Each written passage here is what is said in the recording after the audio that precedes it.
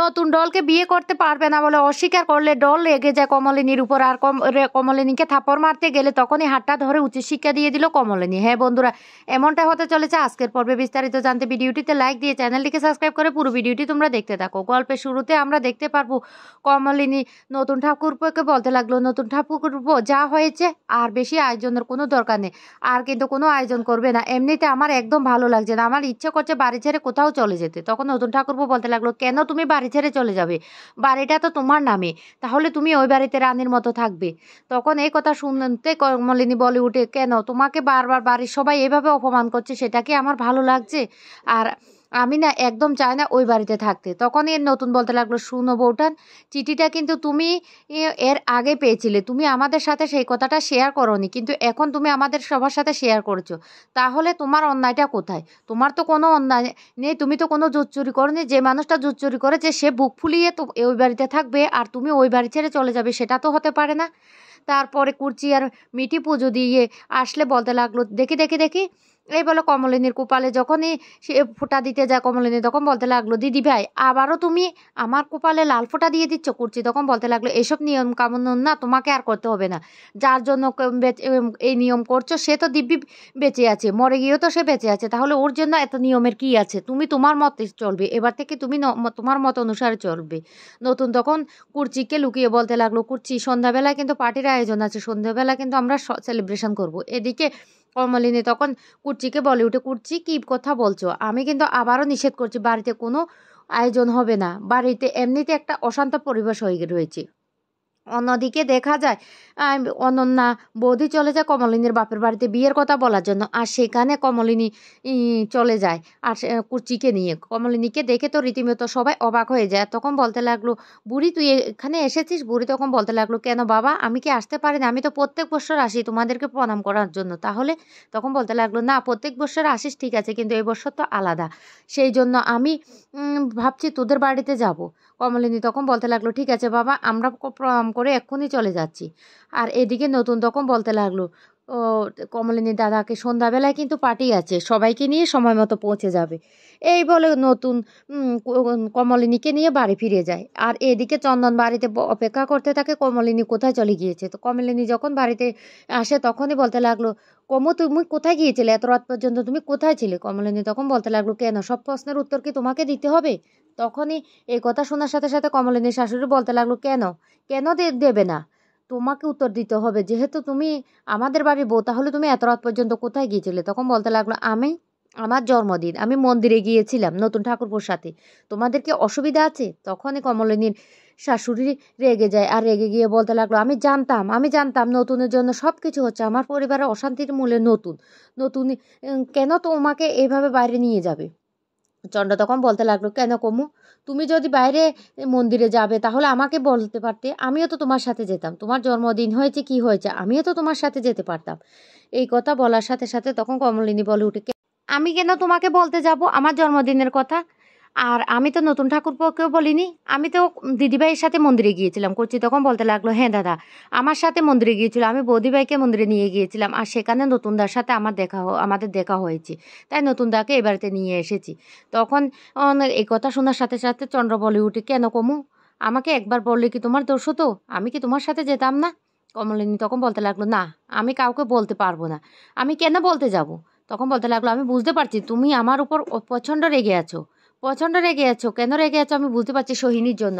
আরে আমি তো বলেছি সোহিনীকে আমি চিনতাম না, সোহিনী কে, সোহিনীর সাথে আমার কোনো সম্পর্ক নেই, তুমি কি বিশ্বাস করছো না? আর সোহিনীর মেয়েটা, ওই মেয়েটা ওর বাবার মতো দেখতে, সেই জন্য আমাকে বাবা বলে ডেকেছে। তখনই কমলিনী বলতে লাগলো, শুনো আর যে যাই বলুক না কেন, আমি কিচ্ছুতেই কিন্তু ও বিশ্বাস করি না, আমি তোমার কথাটা বিশ্বাস করি না।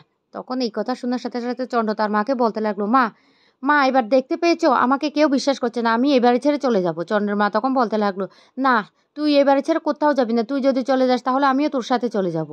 বৌমা তুমি কেন এমন করছো? তখন কমলিনী কাকা বলতে লাগলো, কেন আমাদের বুড়িমার কি নিজের মতামত বলতে কিছু নেই? আর বুড়িমা তো কোথাও যায়নি, বুড়িমা গিয়েছে মন্দিরে পুজো দিতে, তাও আবার নতুন গিয়েছে সেখানে, তাতে বুড়িমার দোষটা কোথায় হলো? তখন চন্দ্র বলতে লাগলো, না কাকা বাবু, আমাকে একবার বললে কি কোনো ক্ষতি হতো? আমি বারবার বলছি ওই মহিলার সাথে আমার কোনো সম্পর্ক নেই, কিন্তু কমু তো আমার কোনো কথা শুনতে পাচ্ছে না। তখন এই কথা শুনে কাকা বাবু বলতে লাগলো, হ্যাঁ, কমু শুনতে পাচ্ছে না, কারণ কমু বিশ্বাস করতে পারছে না। কেন পারছে না? এত বছর পর্যন্ত তুমি তোমার যে অতীতটা সেটা কিন্তু তুমি সবার সামনে ক্লিয়ার করতে পারোনি। আমরা বারবার বলেছিলাম ওখানকার হোমের ঠিকানা দিতে বা সব কিছু দিতে, কিন্তু তুমি কিছু করোনি। মিটিল তখন বলতে লাগলো, কাকা বাবু, আমি একটা ঠিকানার কথা বলছি, আপনি এই ঠিকানাটা মনে করতে পারেন কিনা? আর নতুন কাকু, তোমাকেও একটা কথা বলি, এ দেখো, এই ছবিগুলো দেখো, আগের পক্ষের মেয়ের সাথে কিভাবে আনন্দ করে যে জন্মদিনটা পালন করেছিল। তখন এই কথা শুনতেই চন্দ্র ভয় পেয়ে যায় আর বলতে লাগলো, এটা এটা একটা হোমের ঠিকানা। তখনই এই মিটিল বলে উঠে, না, এটা তো কোনো হোমের ঠিকানা না, এটা একটা বাড়ির ঠিকানা। আর কিভাবে ধুমধাম করে মেয়ের জন্মদিনটা করেছিল সেটা সবাই দেখলে বুঝতে পারবে। তখন এই কথা বলার সাথে সাথে অনন্যা হঠাৎ করে রেগে যায়। অনন্যা রেগে গিয়ে নতুনকে বলতে লাগলো, নতুন, তোমাদের তো একটা ভবিষ্যৎ আছে, তুমি কেন এখন ওর জন্মদিনে মন্দিরে গিয়েছিলে? তখনই বলতে লাগলো, বৌদি, আমি কি করব না করব সেটা কি তুমি ঠিক করে দেবে? তুমি ঠিক করে দেবে আমার সমস্ত ইচ্ছে অনিচ্ছেগুলি? তখন বলতে লাগলো, হ্যাঁ, কারণ তুমি এখন আমার বোনকে বিয়ে করছো, আমার বোনের সাথে তোমার কয়েকদিন পরে বিয়ে, তার মাঝে যদি তুমি এভাবে উল্টো পাল্টে কাজগুলি করো তাহলে সেটা দল কিভাবে মেনে নেবে? তখনই এই কথা শোনার সাথে সাথে উম, নতুন বলে উঠে, আমি তো ডলের মেনে নেওয়া না নেওয়া নিয়ে কোনো প্রশ্ন করছি না, কারণ ডল তার ইচ্ছা মতো চলবে, আমি তার ইচ্ছা মতো চলবো। আর আমি স্পষ্ট করে একটা কথা বলে দিই, আমাকে তো কথাটা বলার সুযোগটুকুই দিচ্ছ না তোমরা, আমি ডলকে বিয়ে করতে পারবো না। এই কথা শোনার সাথে সাথে অনন্যা তখন বলতে লাগলো, কেন কেন তাহলে তুমি বিয়ে করবে কেন বলেছিলে? তখন বলতে লাগলো, হ্যাঁ, আমি বিয়ে করব বলেছিলাম, কিন্তু ডলের আসল রূপটা আমি দেখতে পেয়েছি ওই দিন। ডল যে কত ছোট মনের মানুষ সেটা আমি জানতে পেরেছি। এই কথা বলতে ডল তখন রেগে যায়। ডল রেগে গিয়ে বলতে লাগলো, কেন? আমি কি রূপ দেখিয়েছিলাম? আমি তো সত্যি ঘটনাটাই বলেছিলাম। আমাদের যেহেতু বিয়ে হবে তাহলে আমাদের মাঝখানে কমলিনী দি কেন আসবে? সে আসতে পারবে না। আমি তো ঠিক কথাই বলেছিলাম। তখন কমলিনী বলতে লাগলো, নতুন ঠাকুরপো, তুমি এমনটা করছো কেন? তুমি কেন এমনটা বলছো? নতুন তখন বলতে লাগলো, শোনো বউটান, আমার নিজস্ব মতামত নিয়ে তুমি মাঝখানে কথা বলতে আসবে না। তুমি একদম চুপ থাকো। ডল তখন রেগে বলতে লাগলো, আমি বুঝতে পারছি সবটা এই কমলিনীর জন্য হয়েছে। আমি ওই দিনকে বুঝতে পেরেছিলাম, কারণ আমাদের বিয়ে যেহেতু সিদ্ধান্তটা তুমি নিয়েছো, তাহলে এখন আবার সিদ্ধান্তটা তুমি পাল্টে যাচ্ছ কেন? অনন্যা তখন প্রচণ্ড রেগে যায়। আর তখনই বুড়ির মা বাবা বলতে লাগলো, বুড়িমা, তুই এসবের মাঝখানে কথা বলছিস কেন? তুই বলবি না, এটা নতুনের একান্ত নিজস্ব মতামত।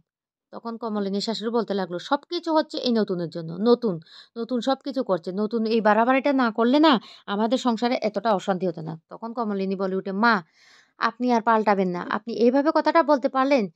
যার জন্য আপনি এই ছাদের নিচে দাঁড়িয়েছেন তাকে আপনি এইভাবে কথাটা বলতে পারলেন? কিভাবে আপনি কথাটা বলতে পারলেন?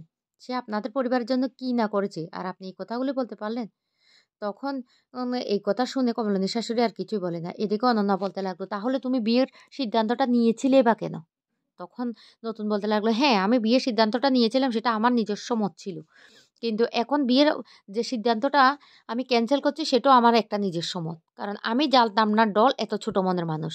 ওই দিন আমি ডলের আসল রূপটা দেখতে পেরেছি, তখনই আমি বলেছিলাম আমি বিয়েটা করব কি করব না, এবার আমাকে ভেবে দেখতে হবে। তাই আমি ভেবে দেখেছি ডলের সাথে আমি কিছুতে সংসার করতে পারবো না।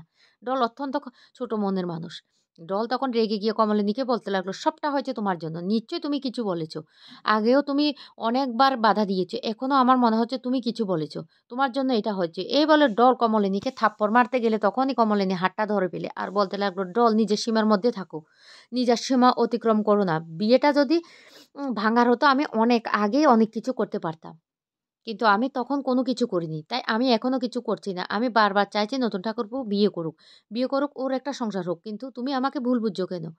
এই বলে অপমান করতে থাকে ডলকে। ডল তখন বলতে লাগলো, তাহলে আমাকে বিয়ের সিদ্ধান্তটা নিল কেন?